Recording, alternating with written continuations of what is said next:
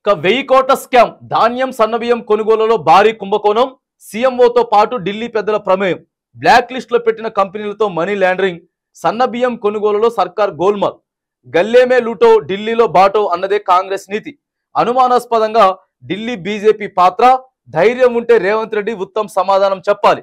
BRS working president KTR మాట్లాడుతుండే ఇక బియ్యం కొనుగోలుకు సంబంధించినటువంటి అంశం మీద దాదాపుగా 1000 నుంచి 1100 కోట్ల స్కామ్ జరిగింది అని చెప్పి కేటీఆర్ చెప్తున్నాడు.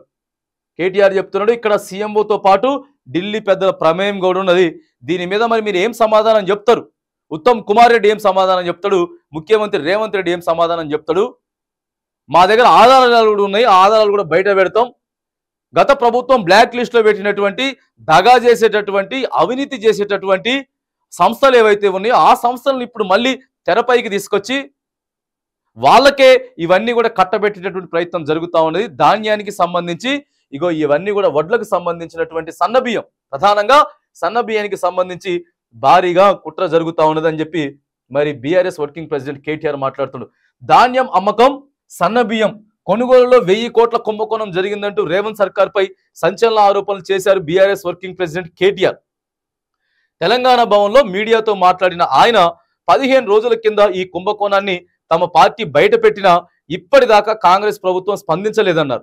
కుంభకోణంపై ముఖ్యమంత్రి రేవంత్ రెడ్డి గాని, ఉత్తమ్ కుమార్ రెడ్డి గాని ఇప్పటిదాకా ఒక్క మాట మాట్లాడలేదని, తాము లేవనెత్తిన ఏ ప్రశ్నకు సమాధానం చెప్పలేదన్నారు. బీఆర్ఎస్ అంటే స్కీములు, కాంగ్రెస్ అంటే స్కామ్లని ఎద్దేవా చేశారు. గల్లీమే లూటో ఢిల్లీలో బాటో అన్నదే కాంగ్రెస్ నీతి అని విమర్శించారు.